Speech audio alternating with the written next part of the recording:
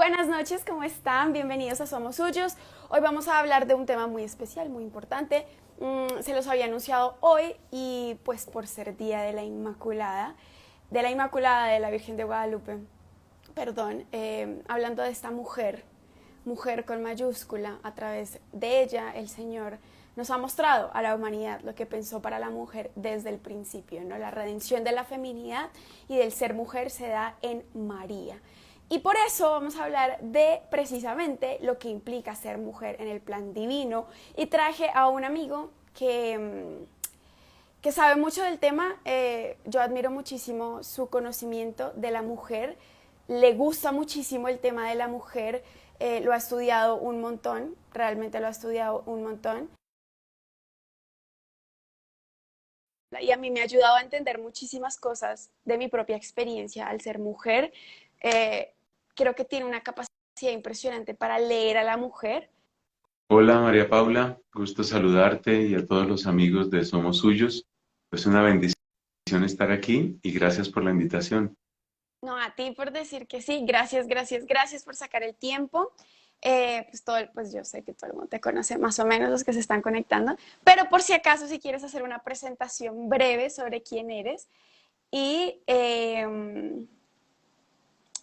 por qué te gusta hablar de la mujer, o sea, por qué traje a Fray Gerson Medina y no a otra persona para hablar de la feminidad.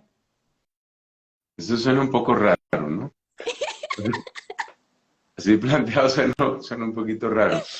Eh, a ver, comento. Soy religioso, soy sacerdote dominico. Este año cumplí ya 30 años de sacerdote. Soy profesor en la Facultad de Teología de la Universidad Santo Tomás. ¿Qué más puedo contar de mí? La comunidad me ha pedido que haga distintos estudios, entonces tengo un doctorado en teología fundamental y además de esto, pues he tenido ocasión de predicar en distintos lugares, grupos de religiosos, religiosas, seminaristas, sacerdotes, laicos y como tantos hermanos sacerdotes, también la oportunidad de servir a muchas personas de diversas edades. Yo diría que, para tratar de ser un poco más precisos, yo diría que no es exactamente o no es solo la mujer dentro del plan de Dios, sino el hombre y la mujer, sobre todo a partir de este texto tan precioso del Génesis que dice que Dios a imagen suya los creó, hombre y mujer los creó. Y esa convicción profunda de que la imagen de Dios no está solo en el varón, no está solo en la mujer, sino que de alguna manera para descubrir en plenitud la imagen de Dios tenemos que mirar al hombre y a la mujer. Y eso es absolutamente hermoso y absolutamente fascinante. Totalmente. De hecho, de eso nos ocupamos en el estudio de la teología del cuerpo, que Fray tanto me escucha hablar hasta el cansancio. Pero digamos que en esa diferencia, la diferencia sexual entre varón y mujer, ahí somos imagen y semejanza de Dios, precisamente como lo dice Fray. Y a mí me parece muy, muy valiosa como ese don, porque creo que además de una intención o de reconocer el valor de descubrir a Dios ahí en la condición humana y en la diferencia sexual, creo que definitivamente Dios le ha dado a Fray un don particular para conocer a la mujer. Creo que es así, o sea, yo lo digo por experiencia propia porque sabe leer muchísimas cosas de la mujer que yo les hablo desde mi experiencia, procuro siempre hacerlo así. Por lo menos en mi experiencia fue así, que me supo leer no solamente como una cristiana más, sino en mi ser mujer. Y eso me ayudó a ubicarme en muchas situaciones, ¿saben? Entonces, por eso me encantaría que Fray nos hable en esta noche sobre aquello que él ha podido reconocer, aprender, experimentar del ser mujer y del reconocer cuál era el plan de Dios para la mujer, ¿no? Y yo tengo algunas preguntitas chiquitas, pero digamos que nosotros hablamos de política, no mucho, pero con Fray hemos tenido la oportunidad de hablar de política y creo que hoy, incluso en lo políticamente correcto que se nos permite decir, ya se volvió un reto decir o hablar de lo propio propiamente femenino, ¿no? Decir que hay algo propiamente femenino, que la maternidad es lo propiamente femenino, que la esponsalidad es lo propiamente femenino, se volvió un discurso peligroso, retador, porque entonces las mujeres somos incubadoras, porque entonces el heteropatriarcado macho opresor nos está condicionando a un estereotipo del ser mujer, ¿no? Y quería preguntarte, ¿tú qué piensas de que haya algo propiamente femenino y si definitivamente existe un planteamiento propio del ser mujer dentro del plan de Dios, dentro de la historia de la salvación, sobre todo porque también se nos dice mucho que Dios como que no tuvo mucho en cuenta a la mujer, o sea, Antiguo Testamento nada, y Nuevo Testamento como que hay ciertas interpretaciones conflictivas respecto al valor de la mujer dentro del plan eclesial, si pudiésemos decir así, el plan de Jesucristo para la iglesia. Entonces, yo me voy a quedar callada, voy a hacer todo oídos para que nos instruyas con sabiduría. Yo creo que en nuestra época se dan una serie de contradicciones que en cierto momento uno las puede considerar graciosas y en otro momento las puede considerar trágicas. Por ejemplo, con respecto a lo femenino, se supone que es un avance, o así piensa mucha gente, que es un avance de la civilización, que cada persona pueda escoger lo que llaman su género. Ya de hecho la terminología de género sabemos que tiene una carga ideológica. Entonces se supone que es un avance de la civilización que cada persona puede escoger su género. Pero luego eso trae una serie de contradicciones y situaciones cómicas. Por ejemplo, lo que hemos contado en otros ambientes, como en Argentina un hombre dijo: yo no me quiero pensionar a la edad de los hombres, porque en muchos países la edad para pensionarse o jubilarse es mayor para los varones que para las mujeres. Entonces, él fue a una notaría y se declaró mujer. O sea, él no se tomó una pastilla, no hizo ninguna operación, no recibió ninguna hormona, simplemente fue a una notaría, se declaró mujer y se ganó 3 años de pensión. Entonces, uno ve que es tan absurdo eso, pero también es trágico. Lo que esta autora británica, Rowling, la de Harry Potter, ha hecho ver, y se le ha caído el mundo encima, pero es tan supremamente famosa esta mujer que no han podido contra ella. Ella comentaba sobre el tema de lo que significa ser realmente mujer, es decir, biológicamente mujer, y lo que significa declararse mujer. Porque es que no son uno ni dos los casos que han sucedido de abusos contra mujeres, de hombres que se declaran mujeres para entrar en los espacios propios de las mujeres. Por ejemplo, los baños de mujeres, las cárceles de mujeres, etc. Y es tan profundamente absurdo que pues se le vino el mundo encima a ella porque lo que llaman las mujeres trans se supone que estaban siendo discriminadas por esta escritora. Y ahí es donde yo digo que las cosas se vuelven cómicas y se vuelven trágicas. Y es lo que sucede cuando se intenta imponer la ideología por encima de la biología y por encima de la ciencia. Un último ejemplo que yo creo que tú lo debes haber comentado en tus programas, en tus entrevistas, en fin, en todo el servicio que prestas. Un último ejemplo que yo creo que es muy notable es lo que sucede en los deportes. Y es más o menos lo mismo de la pensión y lo de estas cosas, ¿no? Es una cosa muy cómica, pero a la vez trágica, que una mujer se esfuerce muchísimo para lograr una medalla y la medalla sea para un hombre que se declaró mujer. Y eso ha pasado en natación, eso ha pasado en ciclismo, hasta el punto de que la Federación de Ciclismo Británica, este año, hace unas pocas semanas, dijo: tenemos que abrir otra categoría. O sea, no puede haber solo la categoría de hombres y de mujeres, sino hay que abrir categoría de hombres que se consideran mujeres. Y es interesante ver cómo la biología es obstinada y al final vence. Es que hay razones biológicas para que un nadador, por ejemplo, tenga ventaja sobre una nadadora. La manera como las hormonas nos esculpen por dentro, como conforman nuestro cuerpo por dentro, tiene efectos en el desempeño deportivo. Una de las características de la pubertad y del efecto de las hormonas es el desarrollo de lo que se llama la cintura escapular, es decir, el ancho propio de los hombros, que implica pues una disposición de vértebras y de clavícula y de omóplatos, y que le da la característica forma de B corta al, al varón, especialmente si este varón, digamos, tiene su deporte o su trabajo, lo que sea. Esta estructura en B que tiene el cuerpo del varón, pues proviene de la cintura escapular. La cintura escapular a su vez depende de los procesos hormonales que empiezan en la pubertad, finalmente conecta con testosterona y con todo lo que cualquier científico nos puede decir y repetir. En la mujer, pues la situación es distinta, el cuerpo de la mujer tiene una forma diferente, la cintura escapular de la mujer es menor. Bueno, ¿qué creen ustedes que pasa cuando un ser humano tiene una cintura escapular mucho más desarrollada? Pues piensa lo que implica eso en términos de natación. Es absolutamente normal que cuando un varón compite, un varón que es atleta top, compite contra una mujer que es atleta top, pues el varón empieza con ventaja porque tiene una disposición orgánica que lo hace más semejante o que lo hace más, digamos, afín al deporte de la natación. Lo mismo pasa con el ciclismo y de nuevo ahí está la biología y de nuevo están las hormonas. El efecto de la pubertad en el cuerpo de la mujer desarrolla la cadera.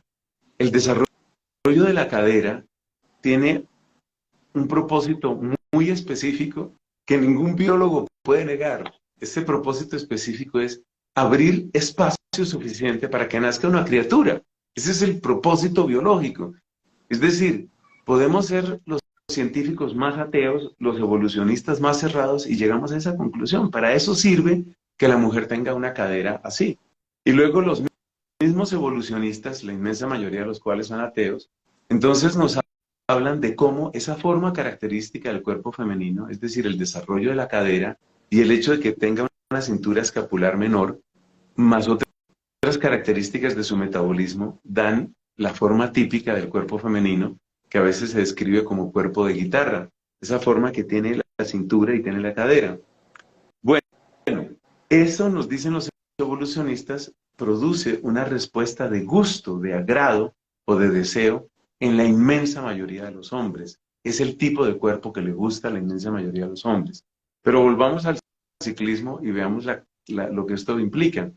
Si nosotros nos imaginamos, no se necesita demasiada imaginación, si nosotros nos imaginamos la cadera de un ser humano y esa cadera es reducida en proporción al conjunto del cuerpo, que es lo típico del cuerpo masculino, eso significa que las piernas quedan en una posición básicamente vertical. Si ponemos ese cuerpo sobre una bicicleta, con las piernas en esa posición básicamente vertical, el esfuerzo que producen los músculos para el torque, es el término físico, sobre los pedales, es más eficiente. Si nosotros ensanchamos esa cadera, las piernas de la mujer en un cuerpo, en una bicicleta, las piernas de la mujer adquieren ligeramente un ángulo. Si uno mira a una mujer ciclista, uno se da cuenta que hay ligeramente ese ángulo. Uno puede ver ese ángulo, uno lo puede ver en una mujer ciclista, y uno dice, es una cosa pequeña, pero tú sabes por cuántas centésimas de segundo se gana una carrera. Esas pequeñas diferencias marcan un gran contraste. Y eso significa que la mujer ciclista, desde luego que hay mujeres ciclistas extraordinarias, y estoy seguro que cualquiera de ellas me gana a mí en el ciclismo, no tengo problema en reconocerlo. Pero aquí estamos hablando de los atletas top. El atleta top de ciclismo tiene sus piernas así, la atleta top de ciclismo tiene las piernas ligeramente inclinadas y tiene una pérdida de eficiencia.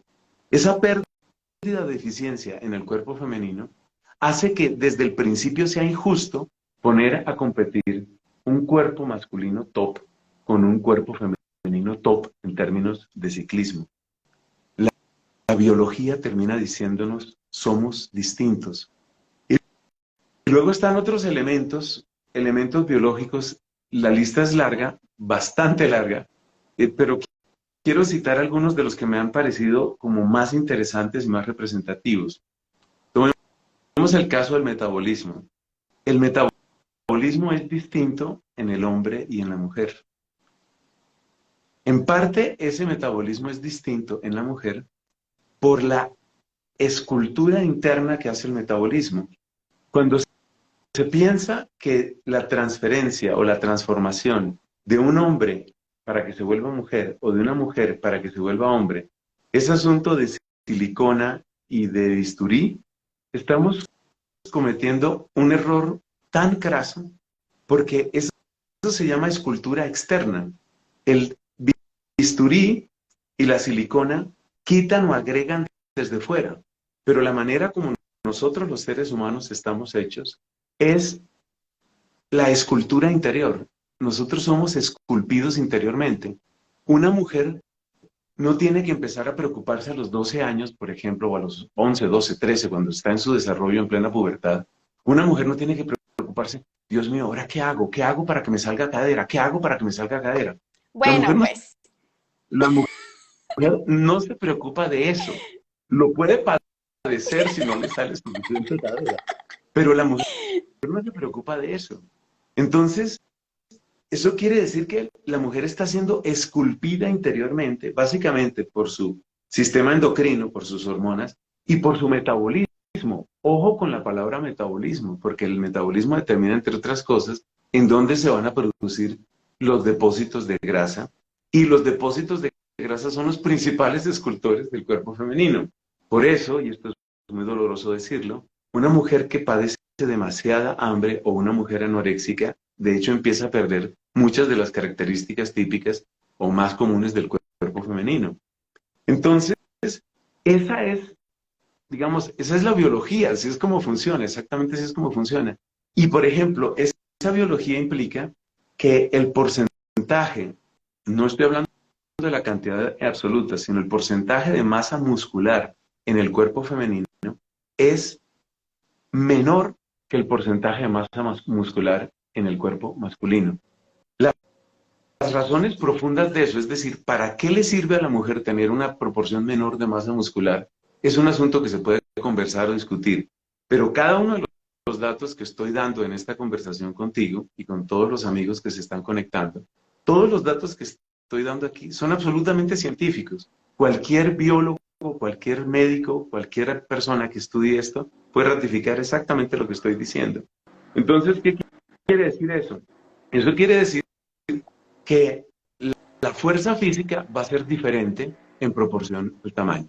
Ese es un dato que es importante. Ese es un dato que hay que tener en cuenta. Otro elemento, voy a citar solo otros dos porque seguramente tienes otras preguntas o elementos para comentar. Tomemos los órganos de los sentidos. Los órganos de los sentidos son funcionalmente muy semejantes, pero son distintos en el hombre y en la mujer. Para mí el caso más impresionante es el de la retina. Nosotros percibimos, los seres humanos percibimos los colores a base de unas células que están en la retina y que se conocen como conos. Tenemos otras células receptoras de luz que son los bastoncillos. Los bastoncillos básicamente son sensibles a la intensidad de la luz y por eso perciben los tonos de gris y perciben la profundidad. Los conos son sensibles a frecuencias específicas del espectro electromagnético y nosotros los seres humanos tenemos tres tipos de conos. Conos que son especialmente sensibles al espectro propio del rojo, al espectro propio del verde y al espectro propio del azul. Y la combinación de esos distintos conos es la que nos hace percibir los distintos colores. Este rojo, verde y azul es lo que explica por qué se diseñaron, pues, han sido diseñadas tantas pantallas a base de eso, ¿no? Que se suele citar como RGB, Red, Green and Blue. Bueno, hasta ahí somos iguales hombres y mujeres, pero ahora vienen dos diferencias. Resulta que la densidad de conos en la retina de la mujer es mayor. Aplastantemente mayor. Estadísticamente mayor. Es decir, si tomamos 20 niñas chinas y 20 niños chinos, o 20 niñas esquimales y 20 niños esquimales, o 20 niñas de Sudán y 20 niños de Sudán, estadísticamente las niñas siempre van a ganar. No es algunas veces, siempre, siempre ganan las niñas. Las niñas siempre tienen mayor cantidad de conos. Las niñas siempre perciben más colores. En general, los órganos de los sentidos de las mujeres siempre son mucho más delicados, perciben mucho más los matices en todo. Los tonos de voz, las frecuencias, los colores, los olores, el tacto, la sensibilidad de los hombres. Esto cambia de unos a otros, pero la sensibilidad de los hombres en la piel es pequeña, la sensibilidad de las mujeres en la piel es grandísima. Por eso la respuesta sexual de la mujer es muy distinta, está muy regada casi en todo su cuerpo, y eso cambia de mujer a mujer. La sensibilidad sexual en los hombres es muy reducida y está casi siempre concentrada en las mismas zonas. Pero volviendo al caso de los ojos, pues esto significa que la mujer va a ver más colores, colores que nosotros no vemos. Pero hay otro dato que me encontré hace poco que me pareció fascinante. Los seres humanos percibimos las frecuencias electromagnéticas entre el rojo y el violeta. Lo que está bajo el rojo, pues se llama infrarrojo, lo que está más allá del violeta se llama ultravioleta.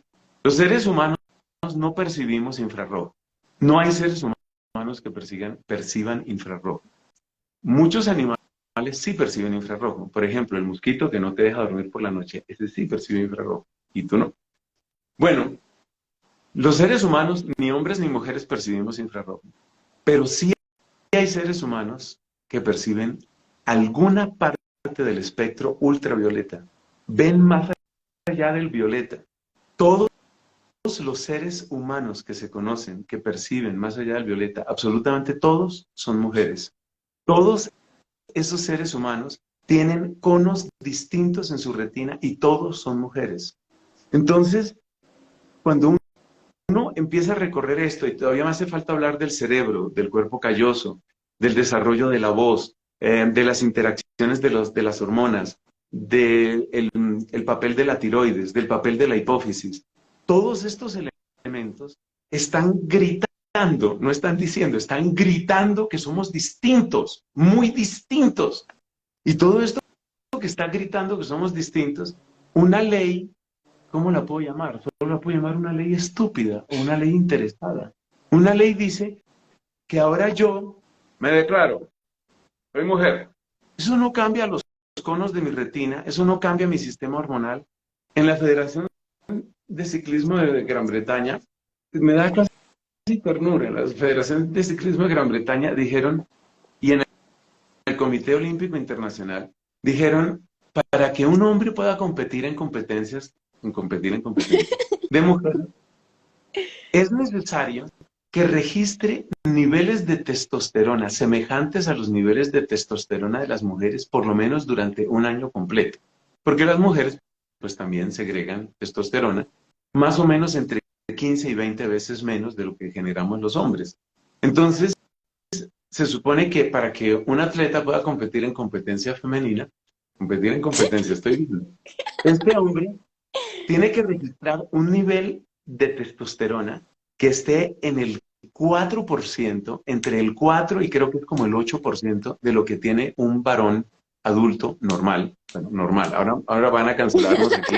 Porque van a decir, ¿cómo se le ocurre llamar a normal o anormal? Bueno, entonces tiene que registrar entre un 4 y un 9% de la testosterona que registra un adulto promedio, un varón adulto promedio, dijémoslo de esa manera. Pero eso tiene hasta un rasgo de ternura, María Paula, pero eso es estúpido, porque resulta que la escápula, o sea, volvemos a esto, la cintura escapular, no se desarrolla en esos años. O sea que si un hombre tiene ya su cuerpo formado, ya tiene la ventaja. Que él disminuya la testosterona durante un año no le cambia la forma de sus omoplatos ni de sus clavículas. O sea, es absolutamente estúpido. Y ya hay mujeres que se dieron cuenta de eso, porque hay mujeres que son muy inteligentes, por supuesto, y hay mujeres que dicen, esto no es justo, no es justo que se traten las cosas de ese modo. Entonces, a la conclusión a la que uno llega es que todo intento de hablar de transformación de hombre a mujer o de mujer a hombre simplemente por un decreto legal es algo estúpido e interesado. Y por otra parte, es muy importante darnos cuenta que en esto, que es nuestro propio cuerpo, en nuestro propio cuerpo, hay un mensaje, hay una voz, hay una palabra. Y que si nosotros escuchamos esa voz, si nosotros recibimos esa palabra, seguramente vamos a vivir de acuerdo con lo que nosotros somos. Por ejemplo, resulta que mi organismo, para funcionar, necesita una cantidad de elementos químicos. Todo ser humano necesita hierro, zinc, magnesio. O sea, es impresionante la cantidad de cosas que uno necesita. Por ejemplo, eso, zinc.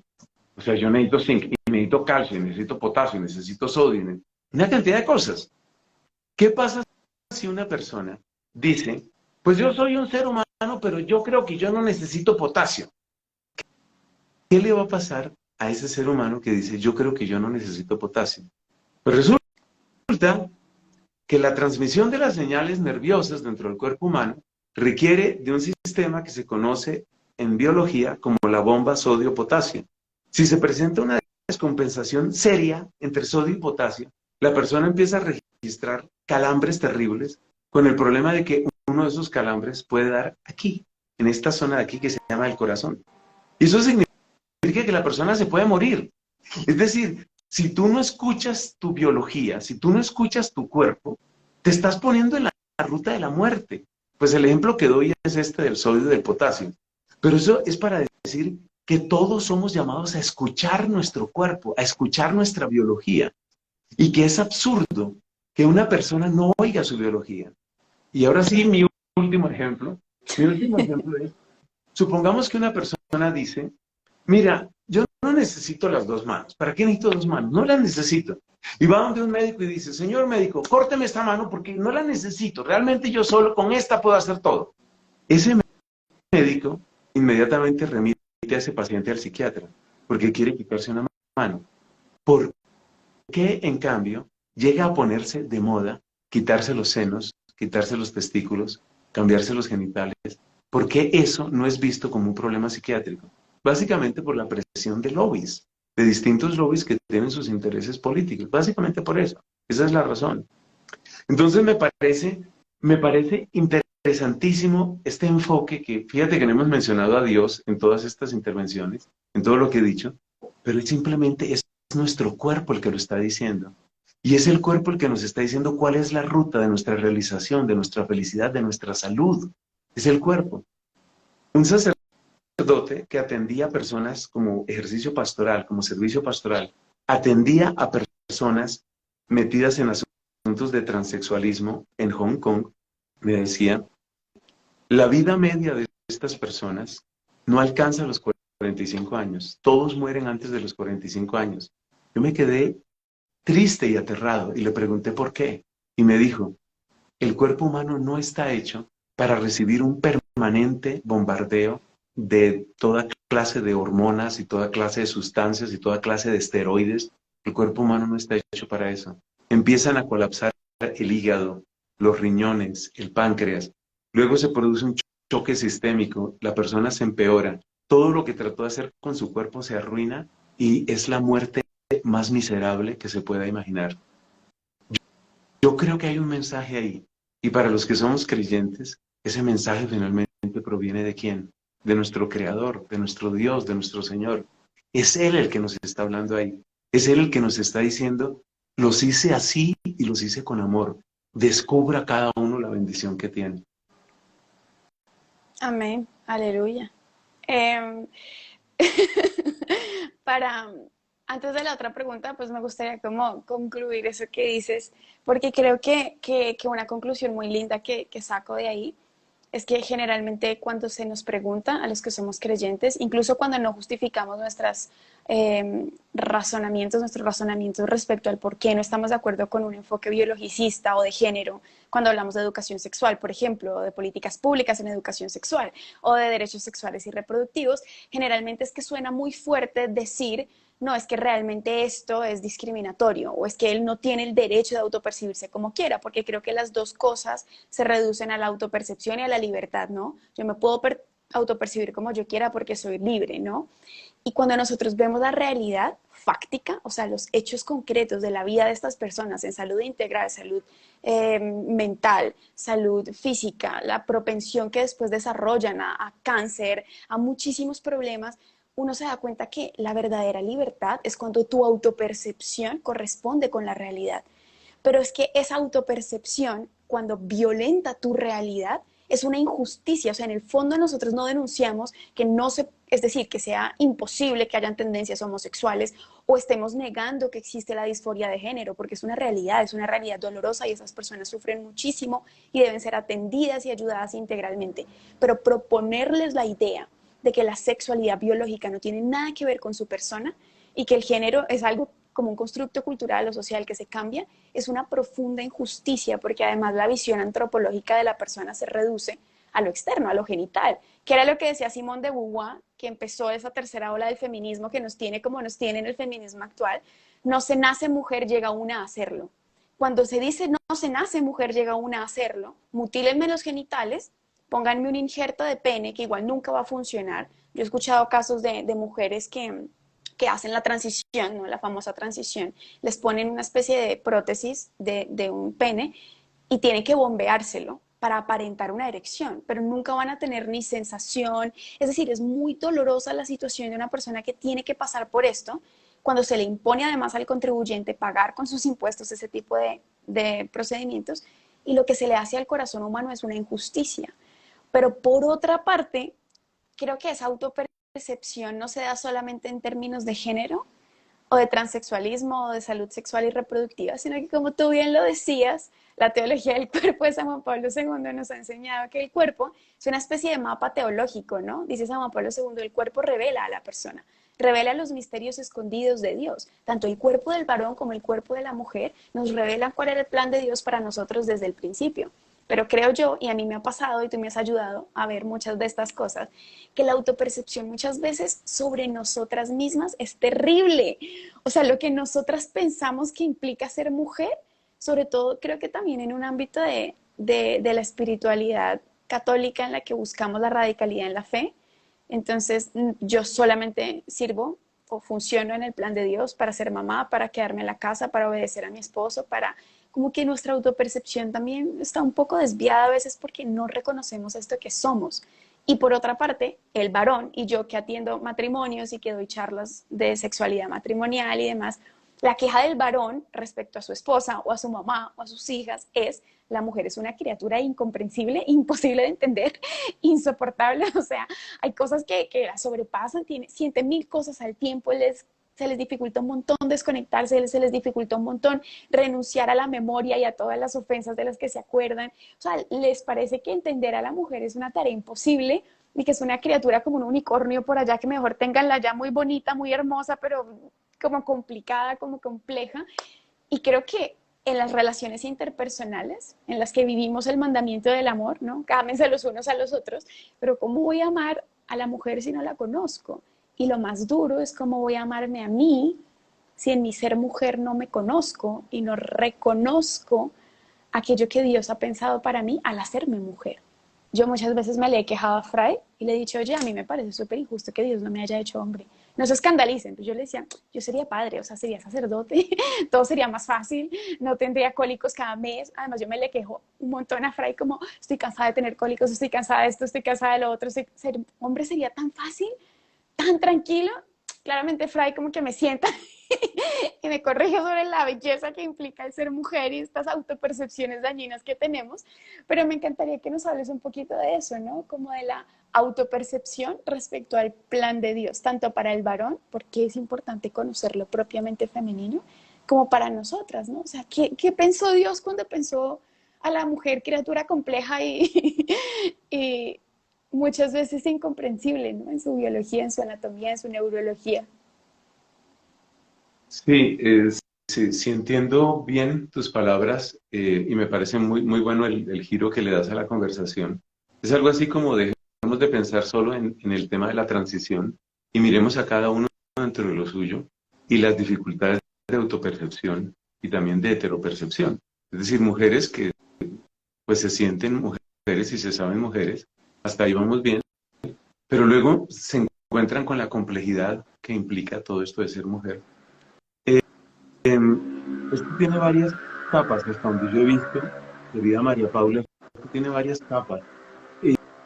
Y yo alcance a notar y pueda decir en este momento, esto tiene por lo menos 4 capas, o sea que hay que ir mirando así poco a poco, porque realmente es denso, pero es bello, bello. Y yo quiero hacer una aclaración inicial. La complejidad no es enemiga de la belleza. Una cosa puede ser compleja y fea. Por ejemplo, el desorden. El desorden, que es algo que conozco bastante bien. El desorden es algo complejo, todo está por cualquier parte y es feo. Pero hay una complejidad que es hermosa. Por ejemplo, en matemáticas está toda la complejidad del mundo de los fractales. En física, para dar ejemplos que son familiares a todos, está la complejidad. Está la complejidad del problema de los 3 cuerpos, por ejemplo. A mí me parece de los grandes descubrimientos del siglo XIX. Y es una complejidad bella. Entonces, sí, cuando nosotros vamos a hablar de hombres y de mujeres, yo creo que objetivamente hablando, y me tacharán de sexista, pero de que no me han tachado, o sea, eso nos pasa continuamente en redes y ya no nos afecta, o sea, no nos va a detener.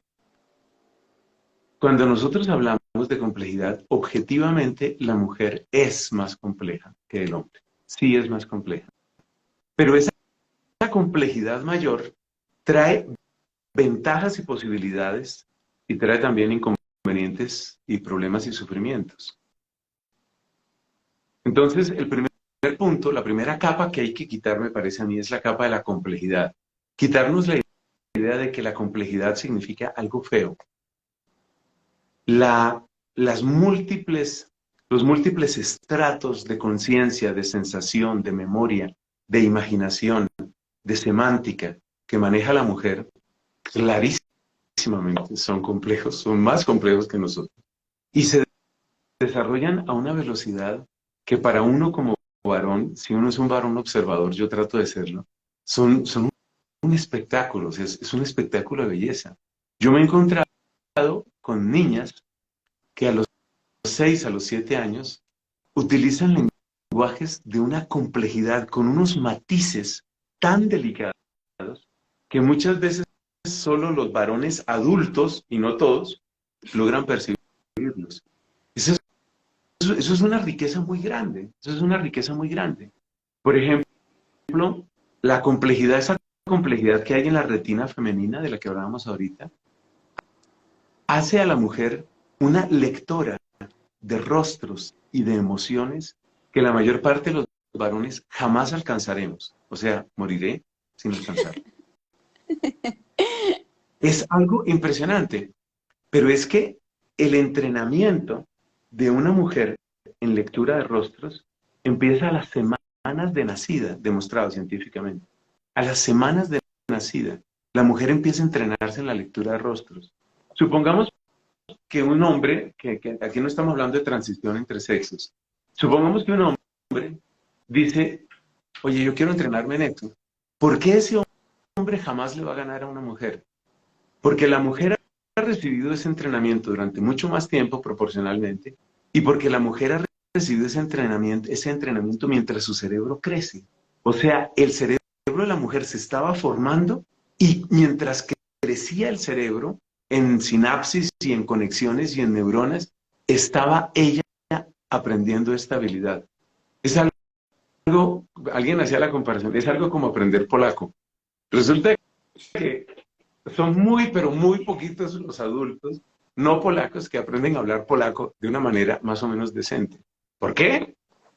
Porque resulta que el niño polaco está formando su cerebro y está aprendiendo el polaco. En cambio, el adulto alemán, inglés, canadiense, colombiano, ecuatoriano, que aprende polaco, lo aprende sobre un cerebro ya formado. Entonces, primero, yo pido que celebremos la complejidad, que aprendamos a admirarla, que no veamos la complejidad como un obstáculo o como un problema, que la miremos como un camino que trae múltiples riquezas, múltiples riquezas. Por supuesto, la complejidad requiere un cauce. Es lo mismo que sucede en una biblioteca. En una biblioteca, pues, hay complejidad. Pero si todos los libros por un terremoto se fueron al piso, pues esa complejidad es fea. Si cada libro va encontrando su lugar, esa complejidad es bellísima, incluso arquitectónicamente hablando. Entonces lo que tenemos que decirles a las mujeres no es, simplifíquense, sean simples como nosotros, que es más o menos lo que intenta el feminismo brutal. Es arruinar a la mujer, es pasarle una aplanadora por encima. Deja tus sutilezas, deja tus sentimientos, deja tus emociones, aplánate, aplánate, aplánate. Por eso también se quitan los senos, aplánate. Es necesario que te aplanes. ¿Por qué tienes que aplanarte? Déjate, no. Ella tiene una riqueza de complejidad. Lo que necesitamos es que la complejidad encuentre su lugar.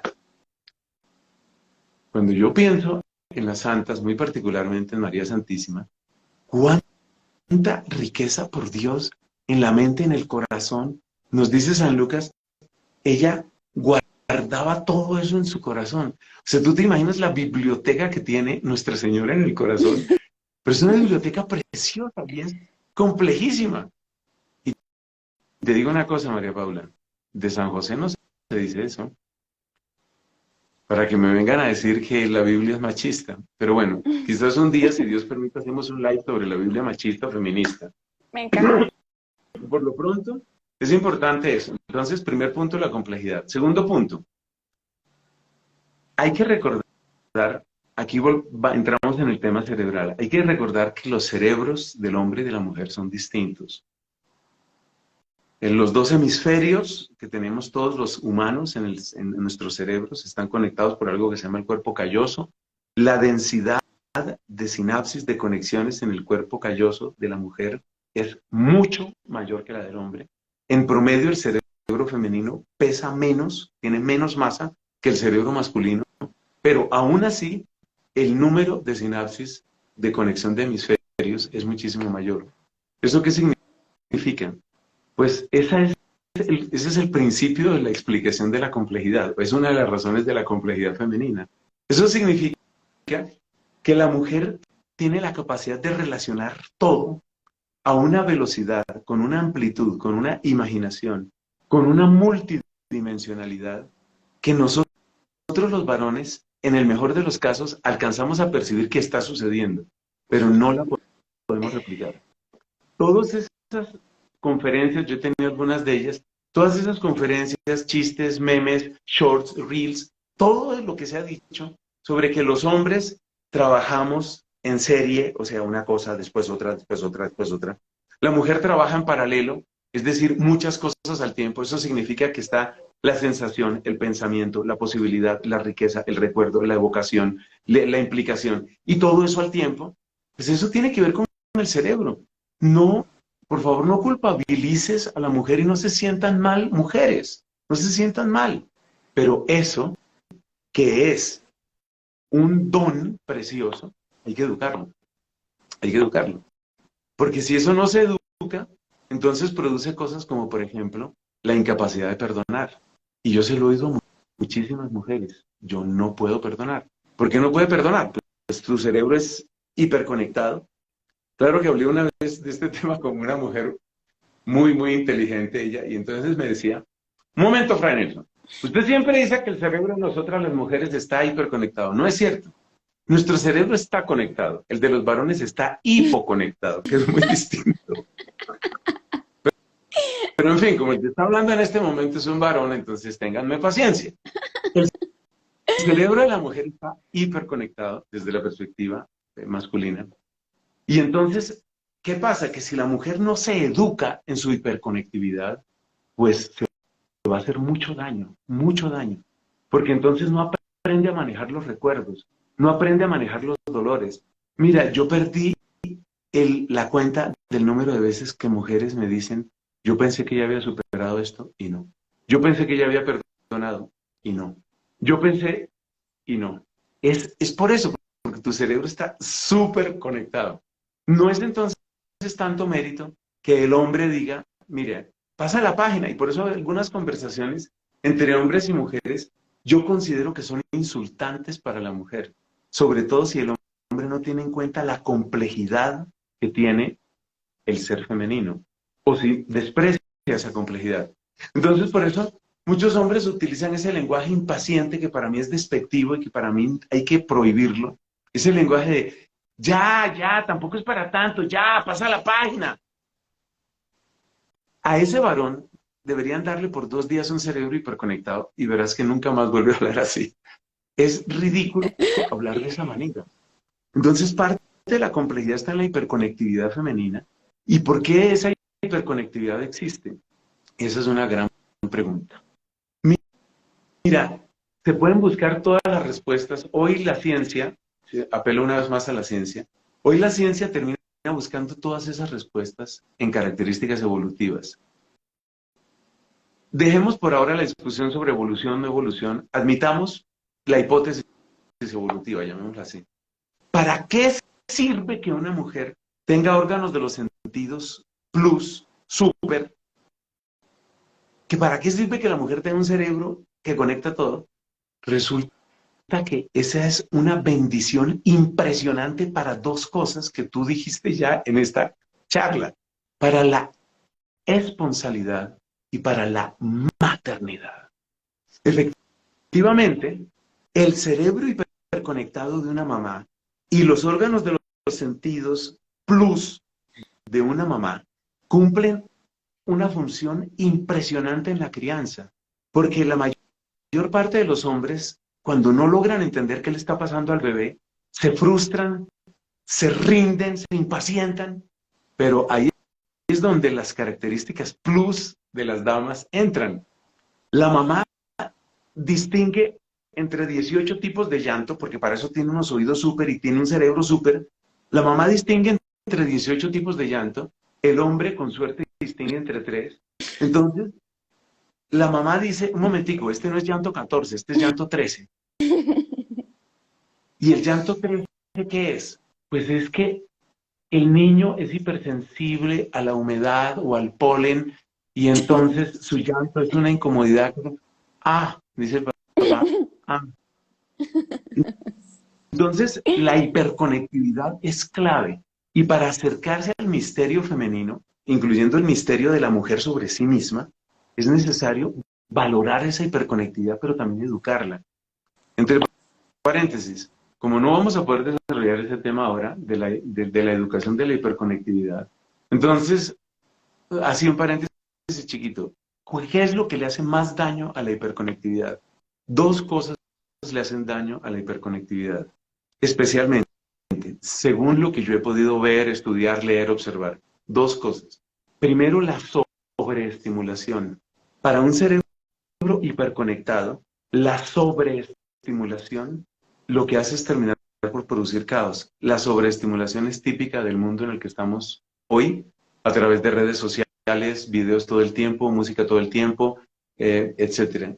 Y en segundo lugar, la hiperconectividad se daña a través de algo que el Papa Francisco ha criticado todas las veces que ha querido y ha podido, y que se llama la murmuración, el chisme.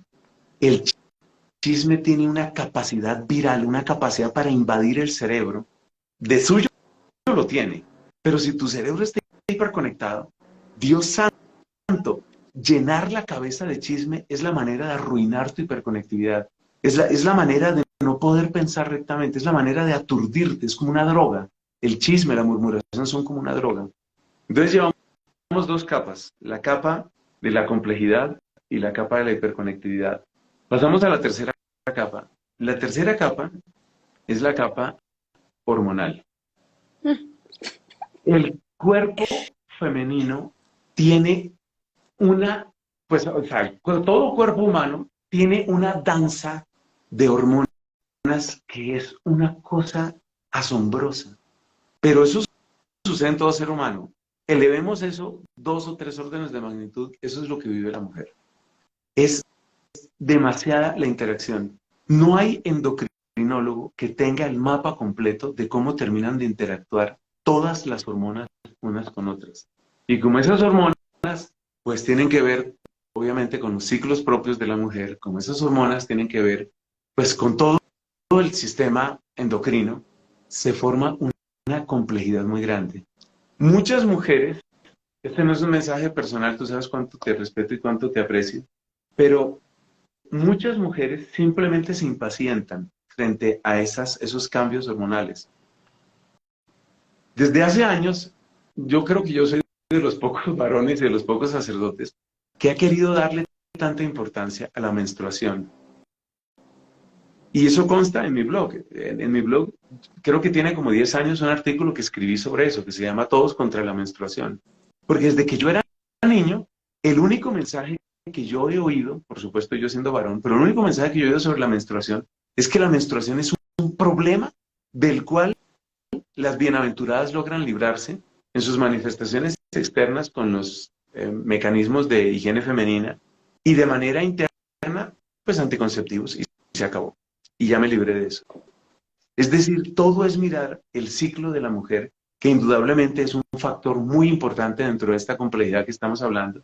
Todo es mirarlo como si fuera un problema, una desgracia, una maldición. Bueno, entonces, como Dios me ha permitido gozar de la amistad y de la confianza, siempre desde el respeto de muchas personas, de muchas mujeres, y siempre desde ese respeto, quiero enfatizar esto, he podido hablar de estos temas con mujeres, porque además es parte del ser de ellas, así de sencillo. Sí, es decir, aquí no estamos hablando de un pecado, estamos hablando de una realidad científica, biológica que acompaña a las mujeres. Y me permito recordarles que las mujeres son más de la mitad de la población mundial, así de sencillo. Entonces, hablando con mujeres sobre este tema, con todo el respeto y en un ambiente delante de Dios, hay una conclusión muy bonita que por fin me pudo dar una mujer y me pareció algo muy bello. Básicamente, lo que descubre esta dama, y que ahora comparto en primicia con todos ustedes, básicamente lo que me comenta esta dama es los procesos propios del ciclo, particularmente lo que tiene que ver exactamente con la menstruación, tiene un impacto inmediato en el ánimo. En algunas mujeres es un impacto menor, digamos que sube y baja un poco. En otras mujeres es un impacto casi incontrolable.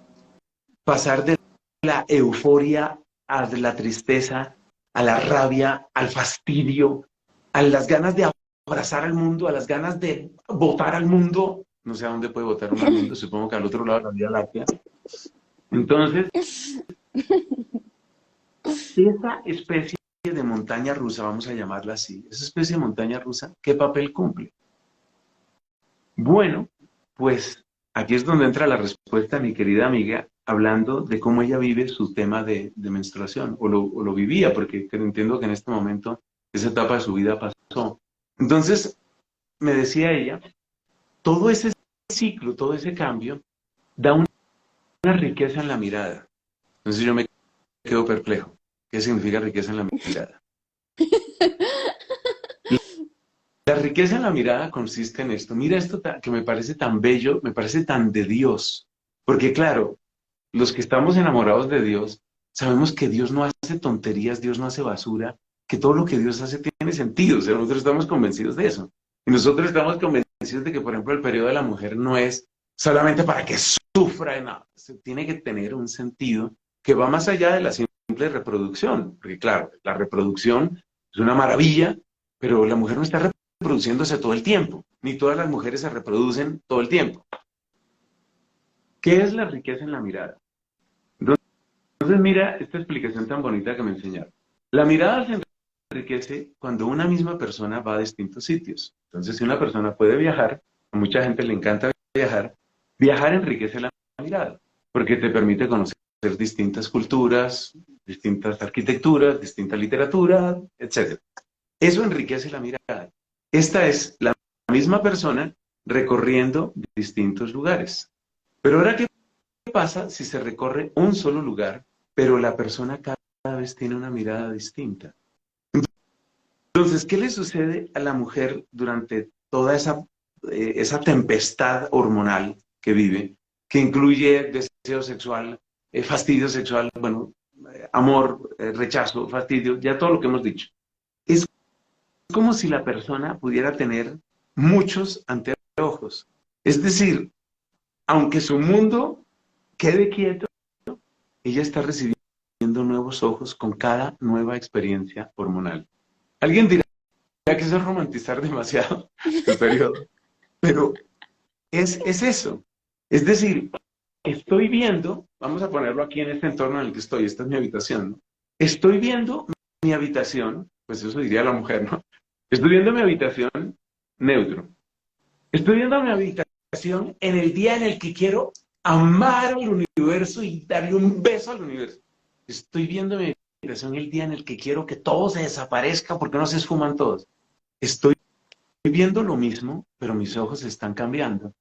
Entonces, cuando una mujer ha pasado por muchos ciclos menstruales, si sabe vivirlos, con el debido respeto, no todas las mujeres saben vivirlos. Si una mujer pasa por muchos ciclos menstruales, va enriqueciendo su mirada. Es decir, es como viajar, mira esta metáfora, es como viajar sin salir de ti misma. Ese es el cambio hormonal en una mujer. El varón no tiene esa oportunidad. El varón para viajar tiene que viajar. Se tiene que agarrar maletas y pagar a crédito. El varón tiene que pagar, tiene que salir. La mujer puede viajar sin salir de sí misma, porque hay algo dentro de ella que viaja, hay algo que cambia. Y esa distinta perspectiva puede parecer una cosa menor, pero si la mujer sabe vivirla, esa distinta perspectiva le da una riqueza, le da una sabiduría peculiar. Esa sabiduría peculiar es la que hombres y mujeres solemos encontrar en un personaje del cual también ha hablado el Papa Francisco y que se llama las abuelitas. ¿Qué es lo que tiene? ¿Cuál es la sabiduría de una abuelita? Mucha gente no se lo ha preguntado. ¿La sabiduría de una abuelita qué es? Pero no son solo las abuelitas, porque también hay mujeres mayores que no han tenido hijos. Yo tengo, por ejemplo, el recuerdo agradecido y emocionado de religiosas que yo les veo una sabiduría tan grande, por supuesto no han tenido hijos. ¿Qué les da esa sabiduría? Son viajeras dentro de su propio cuerpo. Han visto muchas cosas, han viajado sin salir de sí mismas. Y cuando una mujer sabe que el mismo mueble, aquí por ejemplo frente a mí, que no lo voy a mostrar porque está desordenado, aquí delante de mí tengo un mueble que está horriblemente desordenado. Entonces aquí está mi mueble. Este mueble, un día yo lo amo y digo, qué diseño tan extraordinario. Yo, una mujer suponiendo, ¿no? Qué diseño tan extraordinario. Otro día lo veo y digo, habría que llevarlo a la hoguera, hay que acabar con eso. Ver lo mismo de un modo distinto, eso es el cambio hormonal en la mujer. Ver lo mismo sin salir de ti misma, viajando sin salir de ti misma. Es la riqueza de la mirada. Si la mujer, si les enseñamos a las mujeres, que en eso hemos fallado drásticamente, hombres y mujeres hemos fallado, porque para mí no hay frase que me fastidie más, no hay humillación que me parezca más repugnante hacia una mujer, que cuando un hombre se aprovecha del hecho de los periodos de la mujer para burlarse de ella o para humillarla, como para decirle, así con tono de ironía, es que estás en tus días, estás sobre reaccionando, pero qué histeria. Eso no es solamente ofender a una mujer, eso es ofender la obra de Dios. Eso es ofender la obra de Dios. Porque Dios le dio a las mujeres la capacidad de viajar estando dentro de ellas mismas.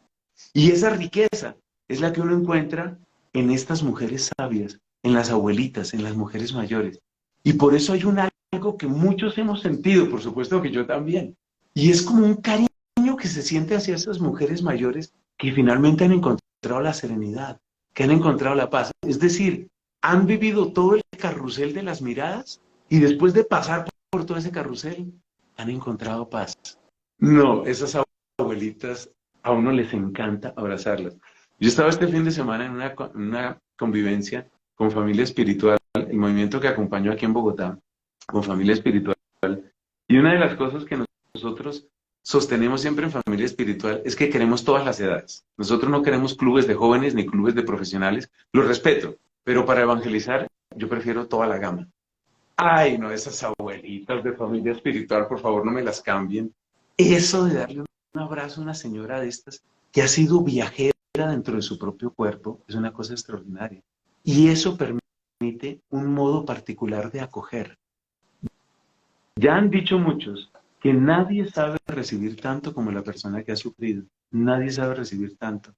Entonces, cuando la mujer pasa por todas estas experiencias, empieza a desarrollar una capacidad de acogida, que es una capacidad de acogida universal, María Paula. No es solo una capacidad de acogida, por ejemplo, hacia el hombre, es una capacidad de acogida hacia otra mujer. Por eso hay momentos en que las mujeres necesitan ser escuchadas por otras mujeres y sienten solo me va a entender una mujer, porque la mujer tiene esa capacidad de viajar dentro de sí misma. Entonces, fíjate todas las capas que tiene esto, ¿no? La complejidad, el tema neurológico, el tema hormonal y finalmente, pues, todo el tema emocional que está conectado con todo esto. Y la riqueza emocional es algo difícil de describir porque está conectado con la creación de lenguajes. Las mujeres son creadoras de lenguajes. Yo tengo una sobrina a la que quiero mucho. Realmente la quiero muchísimo, mi querida sobrina. Y un día me sorprendió, esto fue ya hace bastantes años, pero ella tiene que acordarse porque tiene muy buena memoria como buena mujer. Hace años estábamos hablando de no sé qué y ella estaba todavía en su colegio, ella ya se graduó de su carrera, estaba todavía en su colegio. Y contó como si fuera la cosa más natural del mundo, que con una compañera de colegio estaban creando un lenguaje, estaban inventando un lenguaje. Y uno mira a las niñas de colegio, las niñas de colegio inventan lenguajes, inventan palabras, inventan expresiones. Hay lenguajes que son tan propios de los inventos de las mujeres que ellas mismas no los saben traducir a otros lenguajes para describir sensaciones.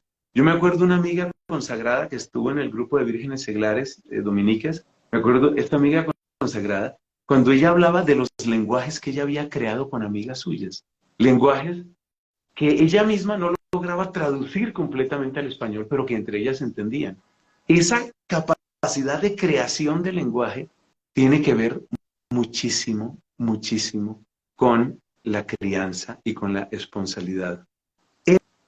Esa creación del lenguaje hace que le pueda dar el tono exacto que puede consolar a una persona que no sabe ni lo que está sufriendo. Es una maravilla. En resumen, porque no quiero extenderme más, en resumen, sí, hay una complejidad inmensa en la mujer, inmensa.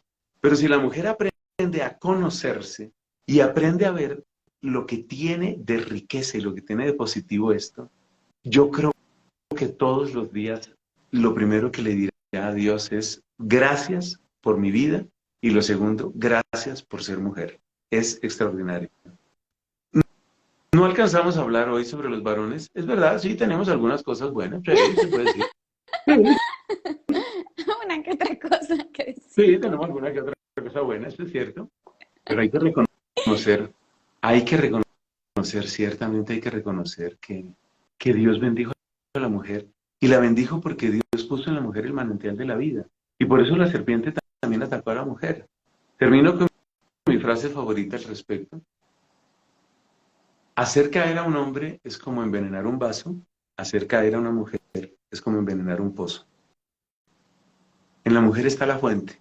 Y si la mujer llega a descubrir eso, con humildad, con sabiduría y con una alegría muy profunda, podrá vivir ante Dios su propio ser femenino. Amén.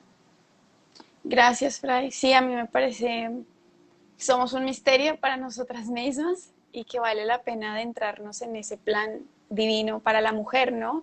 Pensaba mientras te escuchaba en esas diferencias neurológicas, emocionales, hormonales, en cómo las Sagradas Escrituras nos ilustran y de pronto luego lo podríamos hablar, pero los ejemplos de milagros, por ejemplo, que el Señor opera en el varón son muy distintos de los milagros que opera en la mujer y las escrituras hacen una diferencia abismal, es decir, los procesos del milagro, la reacción de la mujer frente a la presencia de Jesús, la reacción de la mujer frente al mensaje evangélico de por qué se le presenta el resucitado a las mujeres y no a los varones primero, ese encuentro con la samaritana que es tan profundo y así con tantas mujeres y es algo propio para nosotras aprender a apropiarnos, reconocer que necesitamos apropiarnos de un camino particular. Claro, hay algo objetivo respecto al ser mujer y es perfectible. En cada una de nosotras tiene que tomar un color, un matiz, una armonía particular. Pero sí creo que hay algo propio de la relación de Dios frente a la mujer que nos enriquece a nosotras mismas cuando dejamos de luchar con esto que somos y también cuando dejamos de manipular con esto que somos, porque también lo pensaba cuando te escuchaba, cuando hablamos del ciclo menstrual y de todas estas capacidades que tenemos específicamente respecto al hombre, ¿no? Como a veces sabemos que podemos dominar con un dedito, que si lloramos producimos esta reacción, o que como nos acordamos de tantas cosas, creo que el saber educar, que eso que nos decías, el saber educar esto que somos, implica también reconocer que muchas veces a nosotras mismas nos falta no solo conocernos, sino reconocer quién es el otro, ¿no? Porque nosotras también como justicia exigirle al varón que no es. Y así como a Fray le encanta el estudio de lo femenino, a mí me encanta el estudio de lo masculino y me encanta hablar con hombres y conocer cómo piensa el varón. Y puedo evidenciar eso, que en nuestras relaciones interpersonales constantemente nos estamos exigiendo ser lo que no somos. Yo le exijo al varón que entienda cómo yo pienso, que sepa lo que yo quiero, que adivine cómo yo me siento, y ustedes le exigen a la mujer, no hablo de ti, pero el varón, generalmente le exige a la mujer ser algo que ella no es y que se acomode a como él piensa, a lo que él quiere, a que se aplane también, ¿no? Y creo que si somos sinceras mujeres, tenemos que reconocer que esa educación también tiene que purificar la manipulación. Y yo con Fray he hablado muchísimo de esto y es de nuestra tendencia a utilizar todo esto que somos para obtener cosas, ¿no? Y creo que si somos sinceras también, más que exigirle al varón, entiéndame, es ayudar al varón a entender esto que somos, a saber comunicar esto que somos y que queremos, a saber expresar el amor de una manera que refleje a Dios y que refleje lo que es propiamente nuestro y auténtico, sin la manipulación. Y creo que eso sería una cosa para otro live, pero no, ya nos diste muchas pautas. Yo te doy gracias, gracias, gracias por el tiempo, por el amor, por, por, por la entrega, por querer acompañar a la mujer, por querer acompañarme a mí. Ya entienden porque cada vez que tengo cólicos y estoy en crisis y quiero matar gente, le escribo a Fray y él lo entiende. Él me dice, como llevas 2 días desaparecida, algo está mal, debes tenerla. O sea, está en sus días. Que quiere matar a alguien, que comió 20 kilos de azúcar, que todo. Y a mí me ha parecido enriquecedor compartir esa experiencia con un varón que la respeta y que te ayuda también a comprenderlo. Eso me parece tan loco. Es como cuando leía la teología del cuerpo y decía, ¿cómo puede ser que un hombre célibe, San Juan Pablo II, entienda cosas que nunca ha vivido? Entonces yo creo que eso también es un don de Dios que le regala esta sabiduría y este interés a hombres y a corazones que nos pueden educar, ¿no? Entonces te doy gracias, muchas, muchas gracias por todo, por ser un gran amigo también, por ser un gran apóstol, por darte el tiempo. Y ahí están pidiendo live, entonces yo les aviso cuando podamos los dos, porque yo generalmente estoy más ocupada que él, pero es porque yo soy más desordenada que él, o sea, me falta ordenar el caos interior. Pero cuando lo podamos cuadrar, les avisamos de otro live. ¿Algo más que quieras decir, querido Fray? Sí, me parece importante darnos cuenta de cómo cada uno se descubre también en el otro y a través del otro, ¿no? Destacar esa parte. Destacar también que todos somos deudores de la mujer. Hombres y mujeres somos hijos de mujer. Y es muy importante eso, porque la adecuada valoración de la mujer conduce de una manera suave y bella a la adecuada valoración del hombre. Mientras que el desprecio del hombre termina volviéndose en desprecio de lo femenino, desprecio de la mujer. Y si te parece, me gustaría terminar con una oración. Me parece que es importante orar, porque el autor de todo esto es Dios. El autor de todo esto, de la diferencia, de la complementariedad, de la bendición, es Dios. Es Dios el que ha hecho todo esto. En el nombre del Padre, y del Hijo, y del Espíritu Santo. Amén. Amén. Te doy gracias, Señor, por cada persona que se ha conectado y a cada persona a la que pueda llegar este mensaje. Hoy hemos hablado especialmente del misterio y de la riqueza y de la belleza que tú has querido poner en el corazón, en la mente, en el cuerpo, en el alma de la mujer. Te queremos pedir, Señor, especialmente por aquellas mujeres que se sienten en conflicto consigo mismas, por cualquier motivo, porque rechazan su cuerpo, porque rechazan su pasado, porque rechazan la familia de la que vienen, porque rechazan su cultura, porque rechazan ser mujeres, porque rechazan errores que han cometido y sienten que los cometieron simplemente por ser mujeres. Te pido una bendición especial para cada mujer, una bendición que tiene que empezar por la sabiduría, esta sabiduría que nos abre a tu don, esta bendición que tiene que pasar por la fe, porque es la única por la que la mujer puede decirle a su Creador, me hiciste para ti y aquí estoy, Señor. Y esa bendición que solo puede pasar por la caridad. Tristemente el feminismo quiere encarcelar a las mujeres en el egoísmo. Tú eres la importante, tú vive para ti, despreocúpate de todo, olvídate de todos, que no te importe nadie. Es lenguaje de Satanás. Solo en el amor encontraremos hombres y mujeres nuestro camino. Solo en la donación, solo en el dar vida, solo en el ser vida. Y aunque esto vale para todos, tú has querido, y de un modo particular está en el cuerpo y en la mente y en el corazón de las mujeres. Toma ahora mis manos, Señor, que tú creaste y que tú ungiste para servicio de tu pueblo. Otórgale una bendición especial a María Paula, a este canal de Somos Suyos y a todas las personas que están conectadas o a las que pueda llegar este mensaje, en el nombre del Padre, y del Hijo, y del Espíritu Santo. Amén. Amén. Gracias, Fray. Con Dios mucho te bendiga. cariño. Te quiero Amén. mucho, espero que descanses. Gracias a ustedes por conectarse y no se les olvide que aprendiendo a valorar a la mujer, reconociendo a Dios en ella, somos suyos.